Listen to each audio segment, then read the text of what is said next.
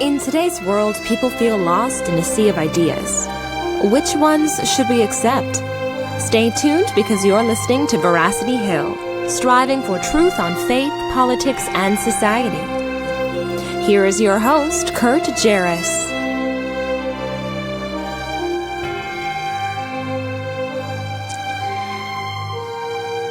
Well, a good day to you, and thanks for joining us here on another episode of Veracity Hill, where we are striving for truth on faith, politics, and society. Very nice to be with you here. Spring is in the air. It is oh so nice to have spring finally arrive. It was a long, not super harsh, but a long winter, and people are out and about jogging and beginning to work on their yards.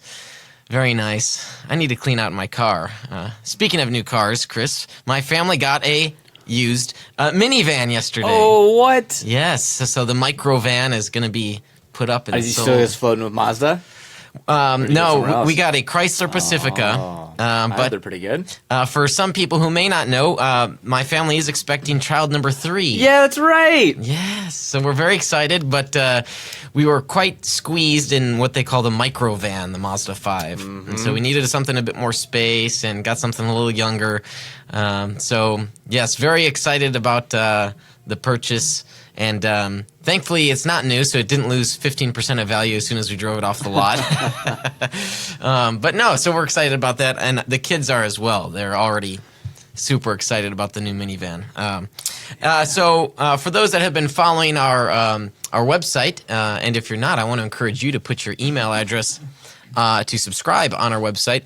On Monday, I published a post announcing a future blog series that I will be doing sometime later this summer, perhaps into the autumn, writing on historiography and what we know about the Gospels. How should we understand the Gospels? I'll be calling that series.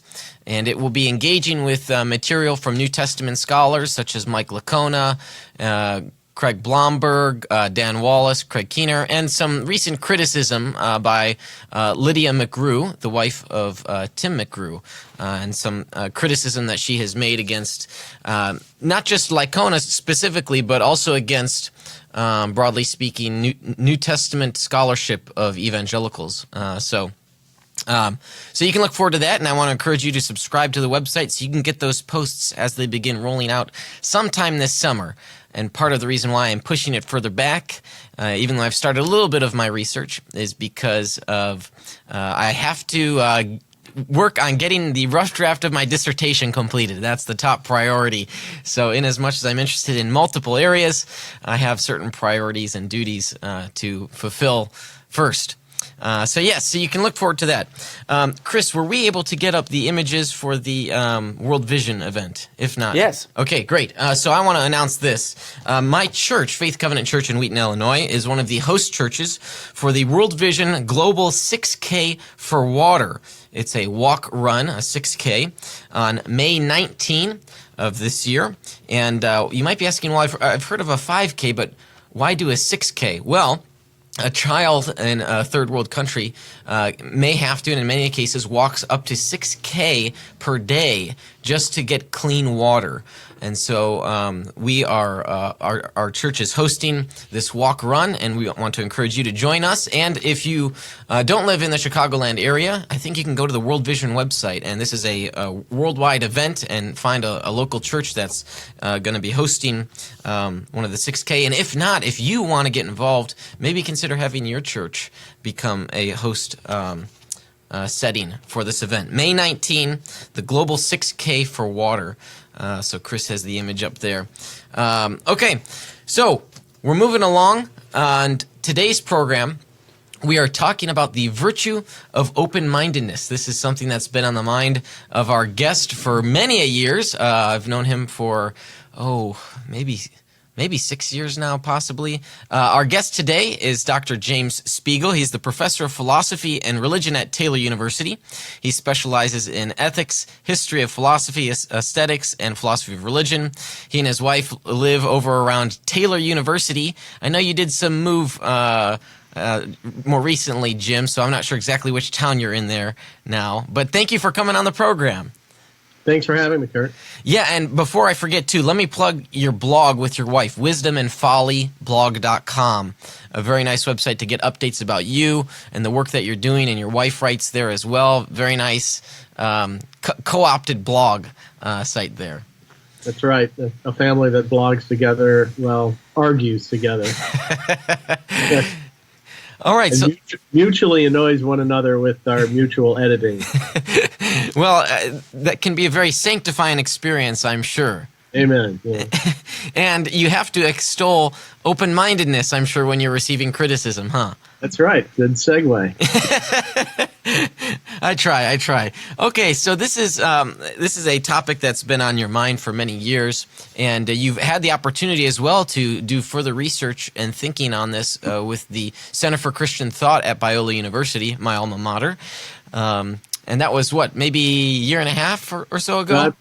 3.5 years ago. Oh, gosh, time flies, doesn't it? 3.5 years ago, yeah, wow. Okay, so this is something you've been thinking about for a long time.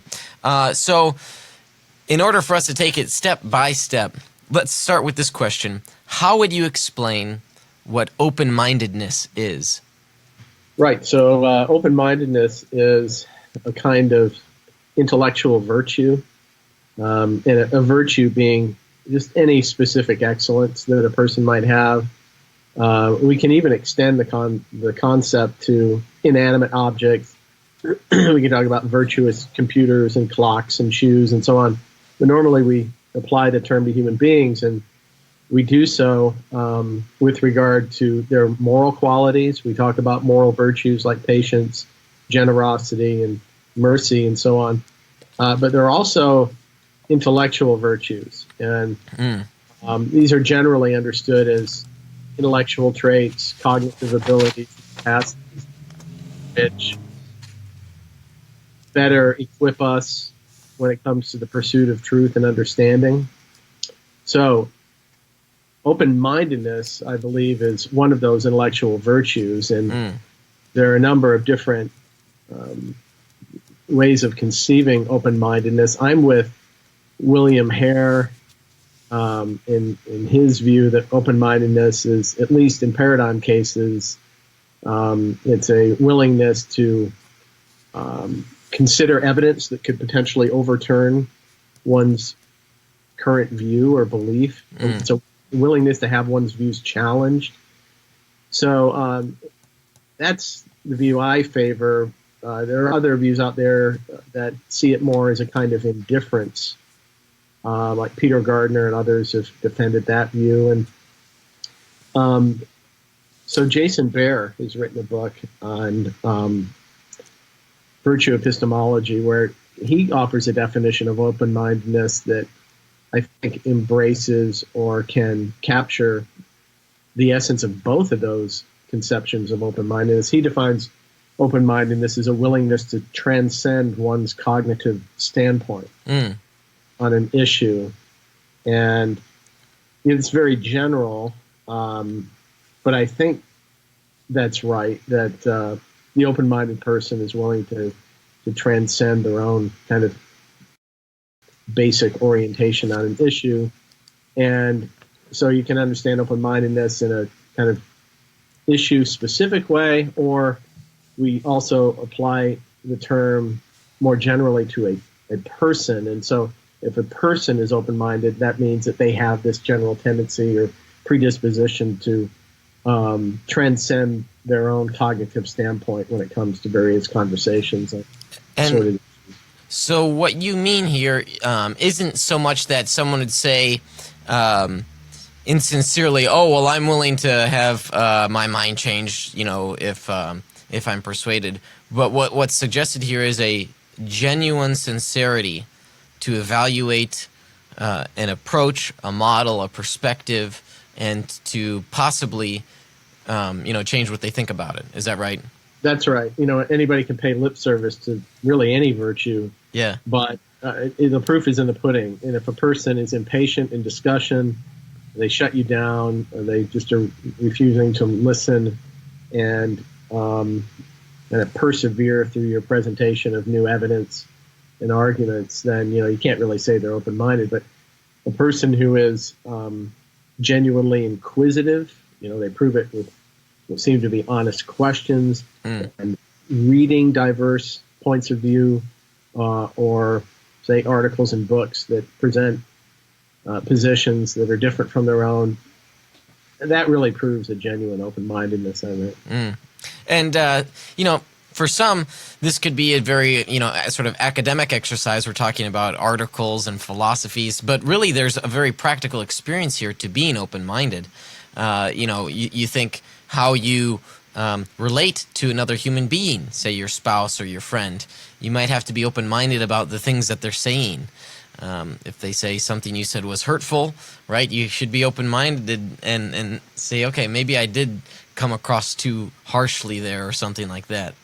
So yeah, it's connected to other virtues, both moral and intellectual virtues. I do believe in something like the unity of the virtues. That's a debate that's been going on for centuries, and there's different ways to understand that. But I think that virtues tend to beget other virtues, and you find them in clusters. So if you know someone who's very patient and generous, they're probably also courageous and compassionate, say. Maybe modest, or they have other virtues that kind of naturally combine with other virtues. And from an interpersonal standpoint, I think we observe that the virtues do tend to come in clusters, as well as the vices. People who are dishonest and rude will probably also lack self-control and be cowards. Interesting. I hadn't thought of that, about the interconnectivity of the various virtues. Yeah, that's right. Just pay attention. I'm sure as you think about the most virtuous and vicious people there are whole clusters of virtues and vices in these people's lives. But it certainly is not just an academic exercise. It is something that's very personal. Yeah. And even if we don't have the terminology for it, and we don't readily apply these categories to people, intuitively we are all there. And we recognize these traits in people, and we size people up. We all do moral judgment, even if we like to quote, out of context, that one passage from Jesus where he says, "Judge not, lest you be judged." I'm glad you said this out of context, because it really is. Jesus endorses judging rightly. That's right. Yeah. He even rebukes people for not judging rightly, and he was very judgmental, but not in the sense of condemnation, which is the bad kind of judgment, or prejudging. Yeah, that's right. Yeah. So this kind of connects with open-mindedness. There are different ways to be foreclosed on issues and against certain people, and not give them the benefit of the doubt. If you hear or see someone do something that's questionable, are you immediately foreclosing against them with a negative judgment that, they acted immorally, that's a vice, or that's a sin? Or are you willing to gather more facts, consider evidence that could overturn your initial position or view on them? And the open-minded person will do just that. So we're talking about the virtue, and we've mentioned some vices. We've heard people use this term of virtue. What is a virtue, and why ought people to be virtuous? Yeah, so as I mentioned, a virtue is a specific moral excellence. Now, what does that mean? Traditionally, virtues have been understood to have functional aims. These are character traits that enable a person to function well in various contexts. So if you have the virtue of patience, then you're able to endure boredom, long waits without complaint. If you're courageous, you're able to demonstrate a certain willingness to do the right thing, even when it's dangerous or risky, and so on. As a person who works, say, in communications or doing broadcasting or running a podcast, or there are certain traits that you have to have in order to do that well. You have to be a good communicator. You need to be able to listen well, but also be able to come up with good questions or commentary on the fly. And so those are virtues that are not necessarily moral, but they enable you to fulfill your function as a host or a broadcaster. So if you think that I'm extolling those virtues, then I want to encourage you to become one of our patrons and chip in $10 a month. Yeah. And being a good podcast host doesn't mean you're a good marketer, but so the virtues are, at least the moral virtues, are trainable. They're not learned by mere study. There are things you can learn, a lot of things you can learn, and a lot of intellectual virtues you can develop just by studying and reading. But you can't become a morally better person just by reading, say, a biography of, some great saint. You have to put the virtues into practice. You need to practice patience and generosity and kindness, and you develop good moral habits, as Aristotle would say, and eventually, hopefully, these harden into a firm and stable character. Yeah, right. You have to live out those. You have to risk screwing up in order to extol the moral virtues. Yep. Yeah, nice. So provide some background for us on what got you interested in researching and thinking about open-mindedness. Okay, well, personally, I guess it really emerges from my general lifelong pursuit of wisdom. Proverbs 4:7 says, pursue wisdom, knowledge, understanding, even if it costs you all you have, pursue these things. So I've dedicated my life to that, and really my work as a philosopher, my teaching at the college I am employed by, all of that's an outworking of that general calling and pursuit of my life. And of course, we can talk more about this, but open-mindedness as an intellectual virtue is essential to the pursuit of wisdom. More academically, I have interest in ethics and epistemology and philosophy of religion, and this whole matter of open-mindedness really is a topic where those three fields converge, which makes it especially interesting to me. So, if I may ask, has there been something in your life, either like a relationship aspect or an intellectual issue, where you've really had to wrestle with, changing your mind, that you thought that there were some good arguments for some position, and you found yourself, whether it was quickly or as a matter of evolving over time, you found yourself on the other side of some position? Yeah, I've changed my mind on a few relatively important issues over the years. I think that's always a good sign. Like the Beatles are not the best band ever, right? I think we've lost our connection here. I'm pretty foreclosed on that, but really, that the Beatles being the greatest band ever. But so yeah. Sorry. I distracted you so much there. Gosh, I'm an awful host. Oh yeah. Where have I changed? Yes. So the doctrine of hell would be one. I hold to, as you might know, a view known as conditional immortalism, the idea that those who go to hell are eventually annihilated. And my view on animal welfare issues and the dietary implications of that have been deeply impacted by interesting change of mind regarding factory farming and so on. And then there have been other issues I've written on, two in particular, where I've actually prayed that if I'm wrong, that God will change my mind. And a couple of very important issues, one on sexuality, one on providence. When I was writing my book on providence that was published about, 10 or 12 years ago, I was dealing with the writings of the open theists, which I'm very critical of, that perspective.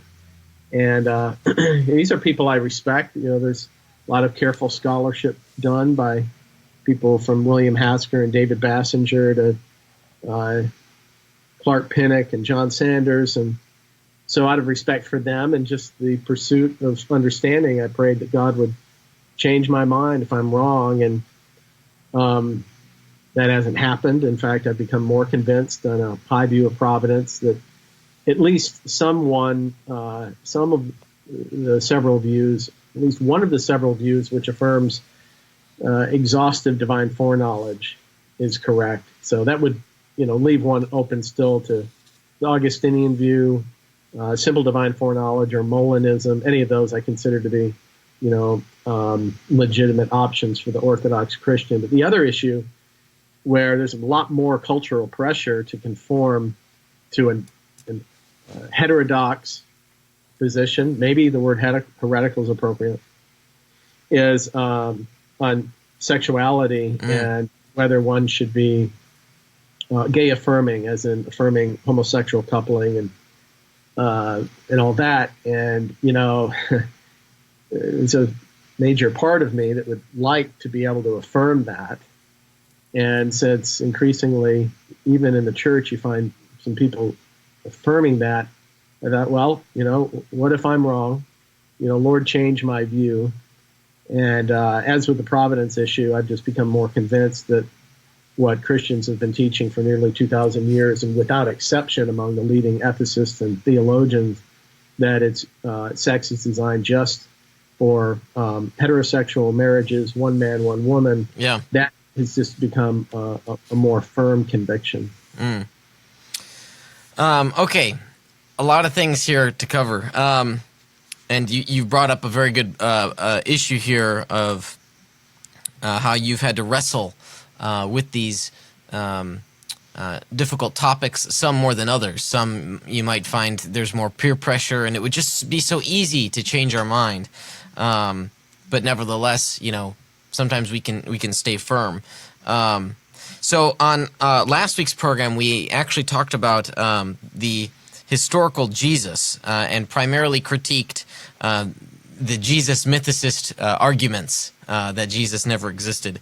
So could it not be, when you talk about how you've been these two issues, you've more firmly planted your feet on what you've called a high view of providence and on the tradition of marriage as being between a man and a woman, divinely designed.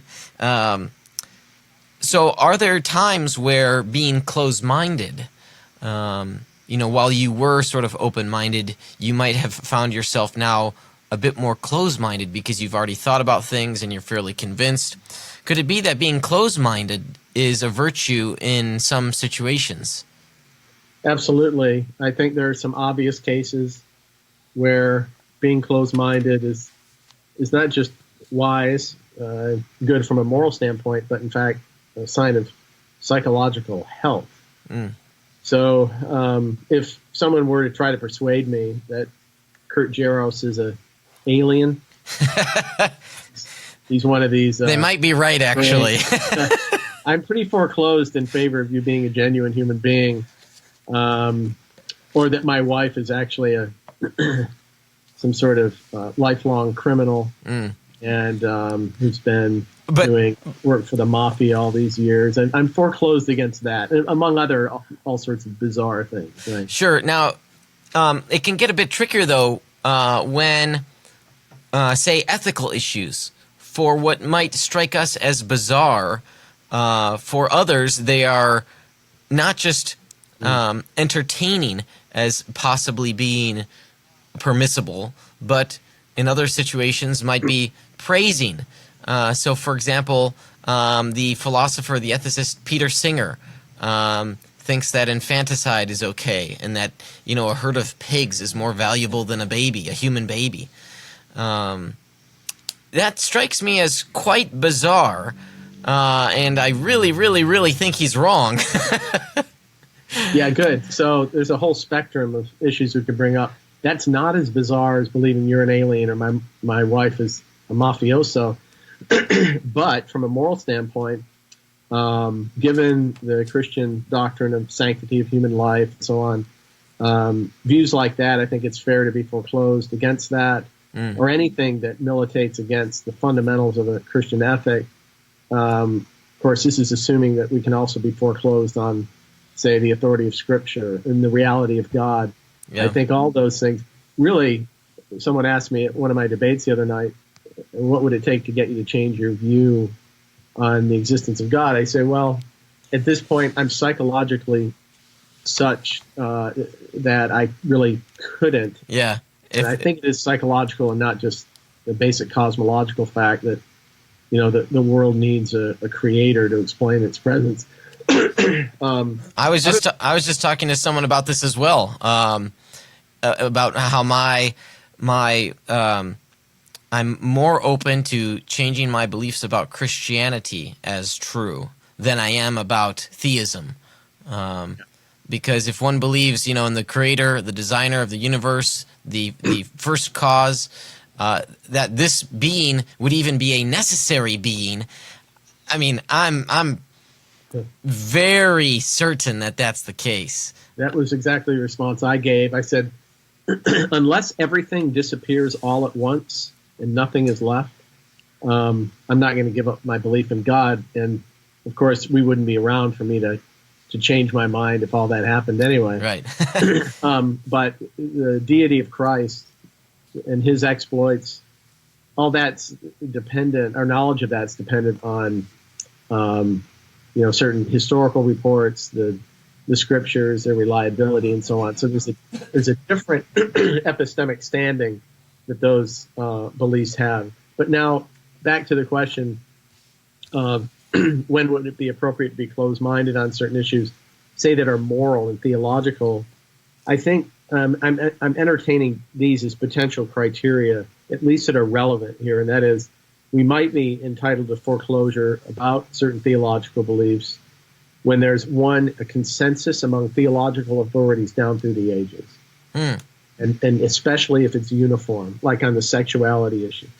There's been far more debate. It's incomparable. Far more debate about the Trinity and the divine incarnation as central as those are. Far more debate about that historically than over the sexuality thing. And then globally, we have a relative global consensus among Christians around the world on that very issue. As people who live in the United States, it might feel like, because we're ethnocentric, that, oh, the church disagrees about this. Well, try finding Christians in South America and Africa and China that are permissivists on this issue. Yeah. You know, good luck. Yeah. So I think there's a culturally motivated and influenced condition here that explains a lot of that. Anyway, those are two things that would at least need to be taken seriously when considering the appropriateness of foreclosure about theological beliefs, moral beliefs, the consensus down through the ages, and global consensus currently. Yeah. So we could have good, even great reasons for being closed-minded, having a firm certainty about some belief that we have, and there's a criteria for that. But nevertheless, there are these issues where we should remain open-minded. So what are some benefits, generally speaking, to being open-minded? Right. So, for one thing, an open-minded attitude or disposition helps us in the discovery of truth.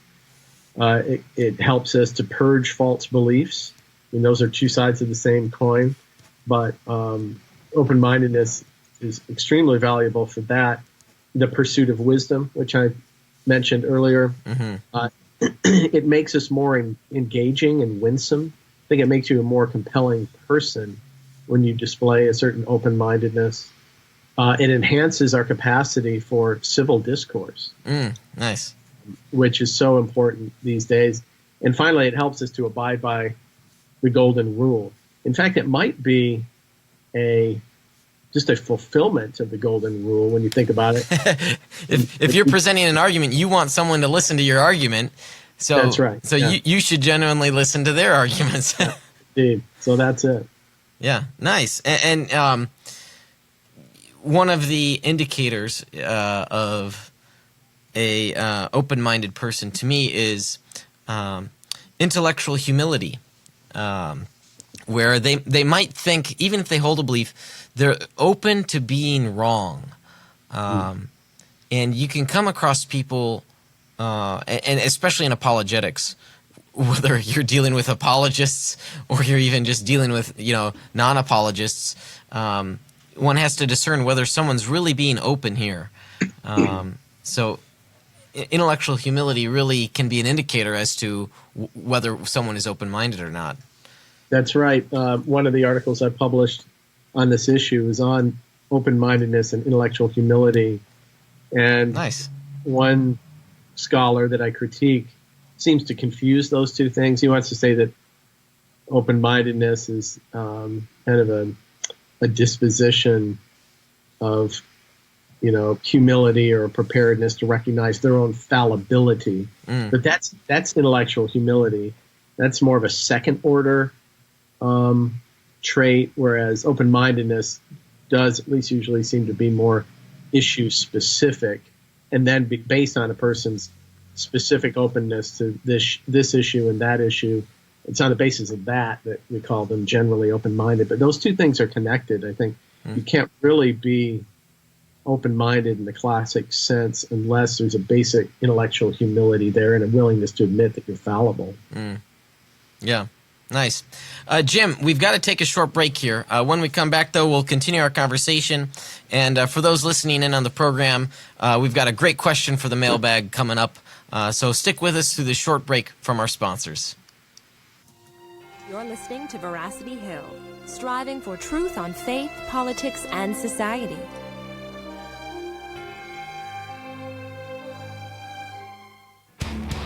Evangelical Christians are talking about hell. What if we believe what we believe because we've always believed it? What if the gospel is really a matter of life and death? We want you to open your mind, open your Bible, and rethink hell. At rethinkinghell.com, evangelicals look at what the Bible says about hell, putting conventional and controversial views to the test.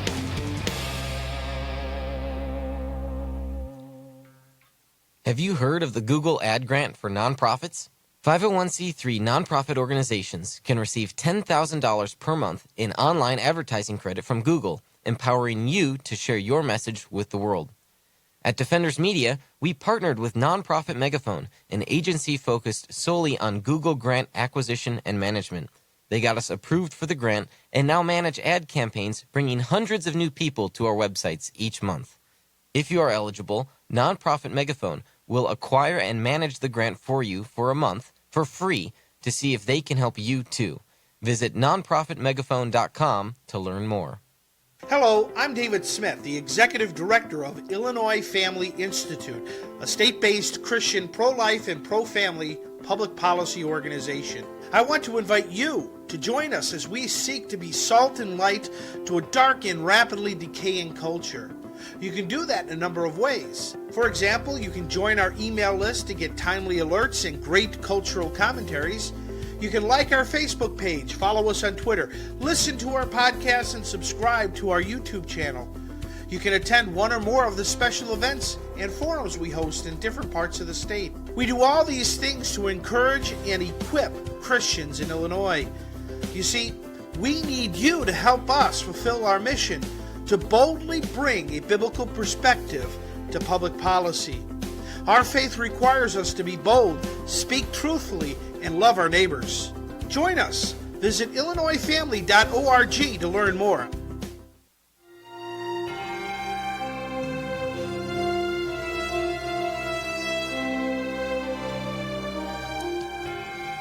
Thanks for sticking with us through that short break from our sponsors.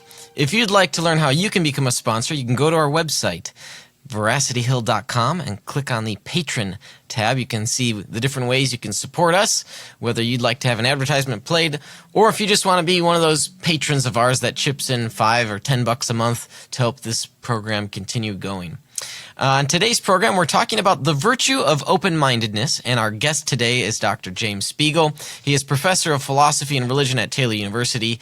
He specializes in ethics, history of philosophy, aesthetics, and philosophy of religion. He's also the author of a number of different books. One of them, The Making of an Atheist, How Immorality Leads to Unbelief. And Jim, before we continue our program, tell me just briefly what your book is about here. Of course, I've read it, so I know what it's already about, but explain to us, if you will. Right. So it's a response to the new atheism, but not the typical kind of apologist response where, one counters with arguments and evidences for God, which I'm fully convinced that they're aplenty. But really, it's developing and working out what seems to be the biblical account of atheism, that it's a result of a certain kind of rebellion and suppression of the truth rather than a genuine lack of recognizing the evidence for God. And so I kind of break that down and analyze different aspects of that willful resistance to the reality of God. Nice. Yes. Very good read, and it's quick, nice and short. You could read it for folks that can crank stuff out in an afternoon even. Just a short book. Very nice read. I was going for brevity. Yes. Which is a virtue in some contexts. In some contexts, yes. All right. Now, before we get to our back into the discussion about open-mindedness, we've got a short segment here on the program we call Rapid Questions. And did I inform you about this segment beforehand? No, it sounds intriguing. All right, that's the goal here. I do that to all of my guests that haven't appeared, by the way. So, rapid questions. You've got 60 seconds, and these are just sort of goofy questions about you and your interests. And really, we need to get new questions because we've used these for so long now. So we'll have to, do something to crowdfund new questions. At any rate. They're new to me. They are, yes. Okay, so I will start the game clock, and then I'll read the first question. So here we go. What is your clothing store of choice? Kohl's, I guess. Taco Bell or KFC? Taco Bell. What school did you go to? Several. What song is playing on your radio these days? Usually Beatles. Where would you like to live? Upland, Indiana. What's your favorite sport? Baseball. What kind of razor do you use? Track 2. What is your spouse's favorite holiday? Christmas. What's your most hated sports franchise? The Patriots of New England. Good. Have you ever planked? Only in my dreams. Do you drink Dr. Pepper? Once a year, maybe. Have you ever driven on the other side of the road? That and off the road. What's the one thing you'd be sure to keep with you if you were stranded on an island? Swiss Army knife. Hokey Pokey, Electric Slide, or the Macarena? Electric slide. Nice.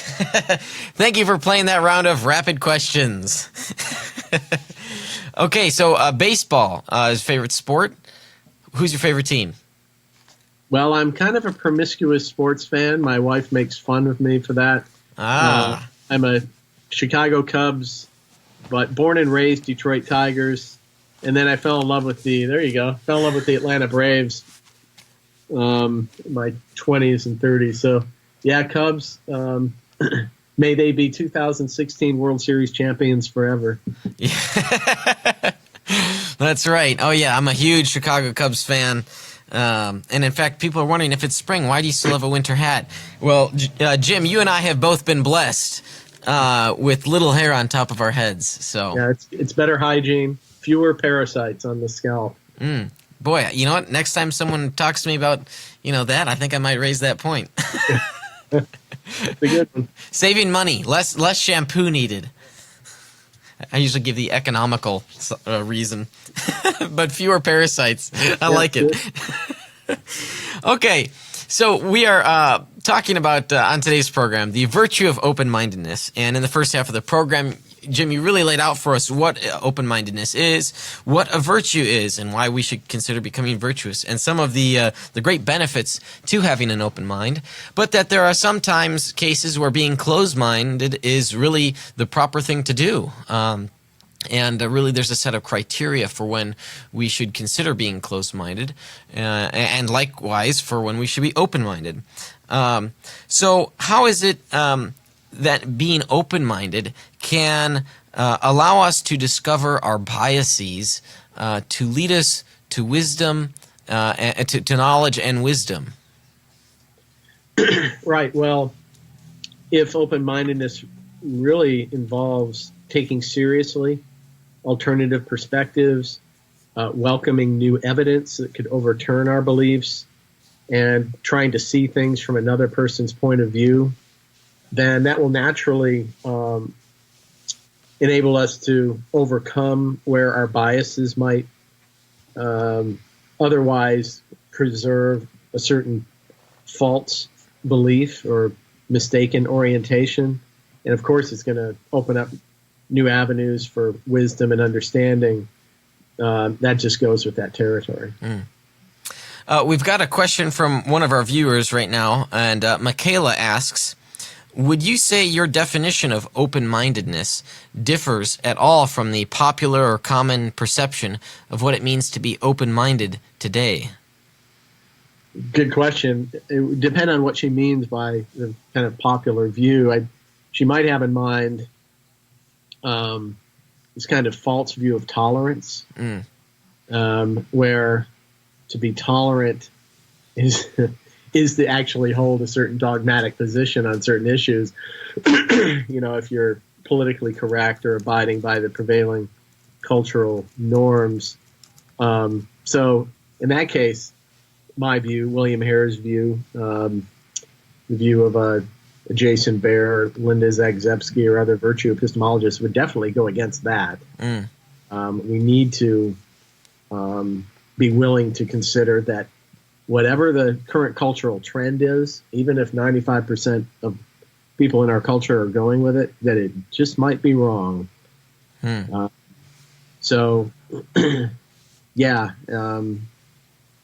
think part of open-mindedness is being willing to question presuppositions that often go unnoticed because they're so commonly held. And really, in that sense, open-mindedness is part of just being a good Socratic thinker. Yeah, and I think that's what she did mean, sort of that, that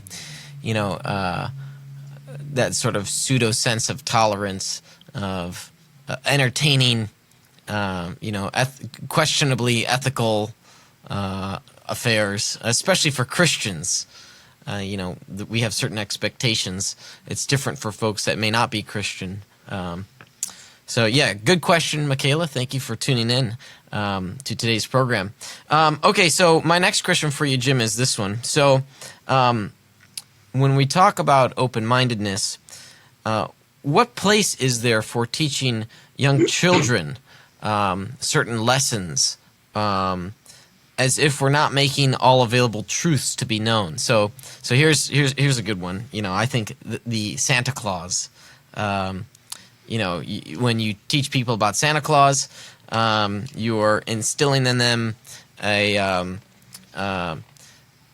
hoping that it will bring about certain virtues in their own life, very practical virtues like good behavior. But what place is there, for them to think about, what is true of the world and how a parent might be playing coy with them, if that makes sense a little bit. Maybe I need to rephrase the question. I have a lot of thoughts on that. I wrote a whole book on doing apologetics with your kids. It's called Gum, Geckos, and God.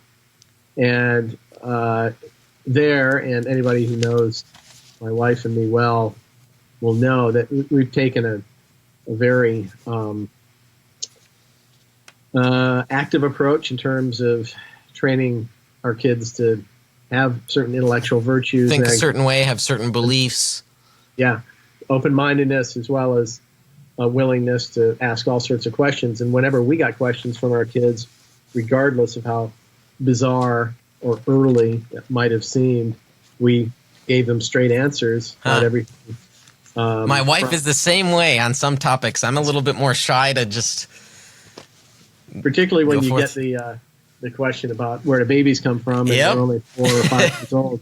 Yeah. But, if they can ask a sincere question, they deserve a sincere answer. As it regards Santa Claus, what we did there is we told them there was this story about this jolly old elf, but it's just a story. It's an interesting cultural myth, but he's not omniscient, omnipotent, and omnibenevolent. That is to confuse Santa with God. Yes. And after all, it was Jesus, not Santa, who came and atoned for our sins. But I just, we don't. I know that might bother some people, but we see that whole idea of participating in that lie to your kids is kind of potentially planting seeds of mistrust. And that, wow, my parents systematically lied to me for 5 years there, so why should I believe it was theology, right? Right. Yeah, that's right. Fascinating. Very fascinating. All right, so you talked about civil discourse. You mentioned civil discourse as one of the benefits to open-mindedness, and that's one of the goals of our program here week after week is to bring on folks from different perspectives, different beliefs, and to talk about a variety of topics within a Christian, pertaining to a Christian worldview. Sometimes our guests are not believers. How, in your evaluation, do you think open-mindedness would help the civil discourse of our current nation and the inability of people to literally sit down and have a civil discussion on, say, policy matters? I think it would make a dramatic difference, even if just, say, a quarter of the population suddenly displayed genuine open-mindedness in those contexts, those public forums, because we have so much division, rancor, harsh dogma. You just can't have those sorts of attitudes and maintain that if you're genuinely open-minded. So in many ways, I think it really would be the special sauce that could enable us to be a culture where there's genuine civil disagreement and discussion that really is mutually respectful. Yeah. And it will also, I think, help us understand where people are coming from. And sometimes people just want someone to listen. And that in and of itself can be helpful for our purposes in spreading the gospel and reaching people with the message and the love of Jesus. So Christians really should reflect and consider on how they could be more open-minded in order to reach and love their neighbors. Yeah, very good. So, Jim, thank you so much for coming on today's program. It's been great to see you. I know it's been a few years. We got lunch, I think, over at EPS back a few years back, maybe 4 years ago. So good to see you on the screen at the very least. Indeed, yeah. Thanks, you guys, and kudos for all that you're doing, and congratulations on the new vehicle. Yeah, thank you so much. God bless you. Yeah, you too. All right, bye-bye. All right, so that's the virtue of open-mindedness and how it really can provide for us a way to have civil discourse with others. And I hope that you will consider ways in which you might find yourself being more open-minded about something, either personally, intellectually, or with regard to your relationships with your family, friends, coworkers, neighbors. Can serve a great good. All right, now it's time for the mailbag.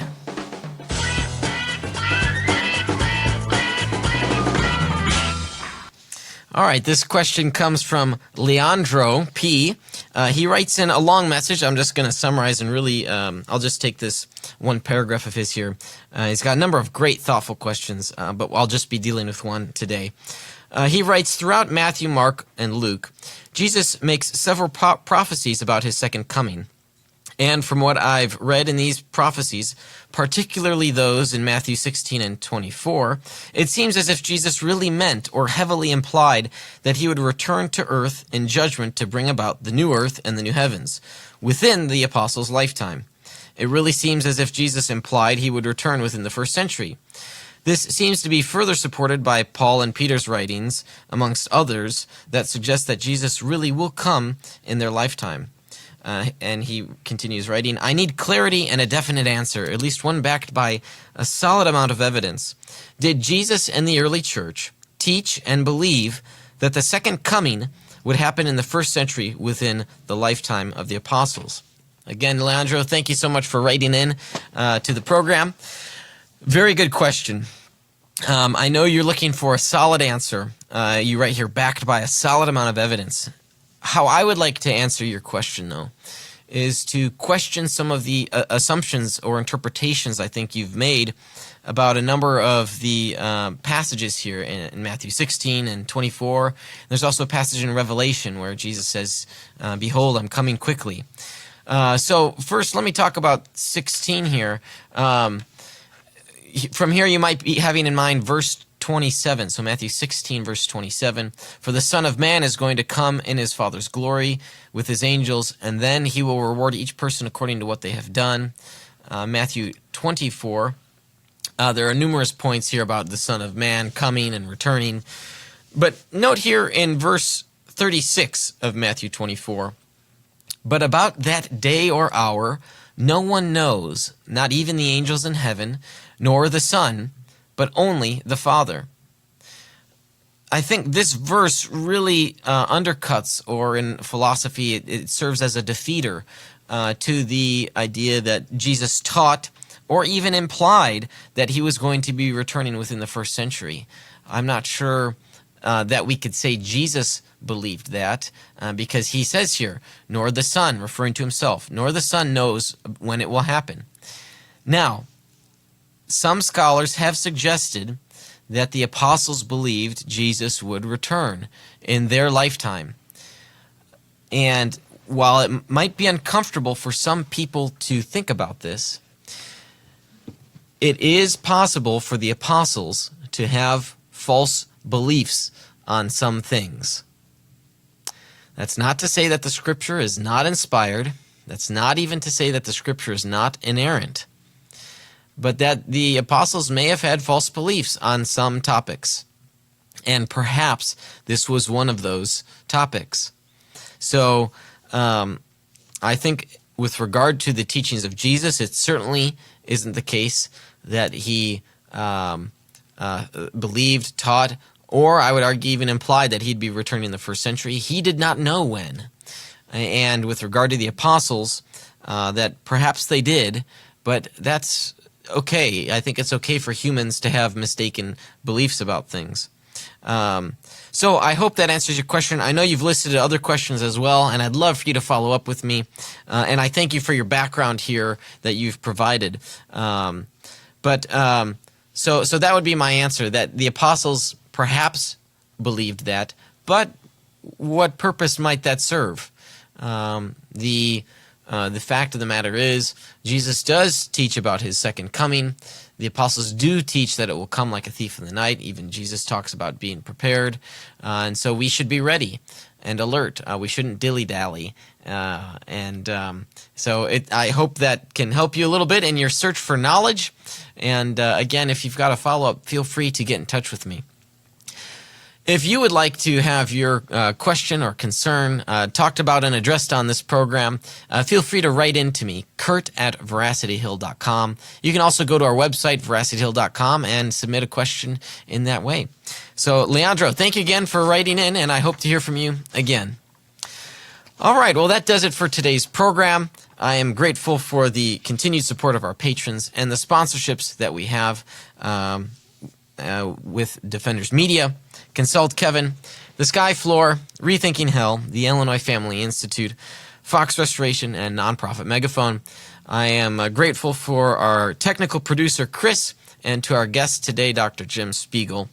And last but not least, I want to thank you for listening in and for striving for truth on faith, politics, and society. You've been listening to Veracity Hill, striving for truth on faith, politics, and society.